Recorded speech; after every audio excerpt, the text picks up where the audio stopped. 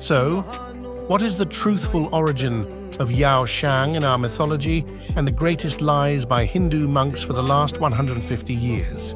Even the word YAOSHANG derived from ancient Meitei word YAOSHANG. The festival has been practicing since time immemorial with the birth of god Apanpa, better known as Epo Thau in the month of Lamta, for 6 consecutive days, where the All-Mother Goddess delivered the divine child in a temporary hut for the famous Thabal Chongba of the festival was originated from the divine ritual of Ugri Hungen Chongba, a dance performed by the 7 goddess, the Lai Luk talent, to protect their husband, God Pakhangpa, from his angry brother, God Sanamahi. And so, on the Thabal Chongba evolved with time and still continue even today.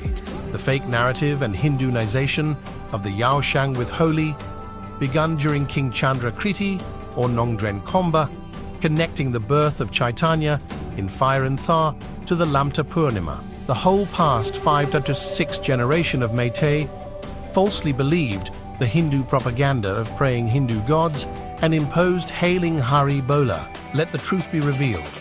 YAOSHANG is not a festival of color Holi, celebrated only 2 days, but celebrated 6 days for the birth of Epo Thau Pakhangpa.